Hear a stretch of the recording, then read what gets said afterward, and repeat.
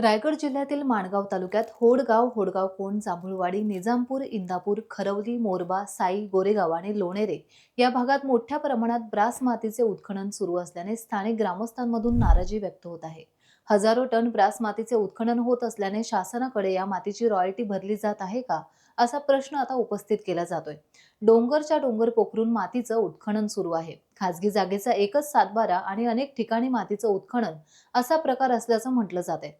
माणगाव खोऱ्यात शुक्रवारी रात्री तसेच शनिवारी रविवारी मातीचे मोठे उत्खनन सुरू आहे। महामार्गासाठी खासगी ठेकेदार या मातीचं उत्खनन करत असल्याचं म्हटलं जात आहे, पण यामुळे निसर्गाची मोठी हानी होत आहे। या माती उत्खननाची तक्रार करत माणगाव मधील काही सामाजिक कार्यकर्ते तसेच ज्येष्ठ पत्रकार यांनी या प्रश्नी आवाज उठवला, पण काहीच साध्य झालं नाही।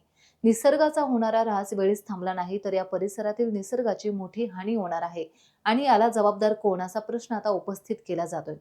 रायगड जिल्ह्याचे जिल्हाधिकाऱ्यांनी उत्खननाची चौकशी करून शासनाचे बुडीत जाणारे लाखो कोटी रुपये शासन दरबारी जमा करावेत, अशी मागणी या दशकृषीतील जनतेची आता आहे।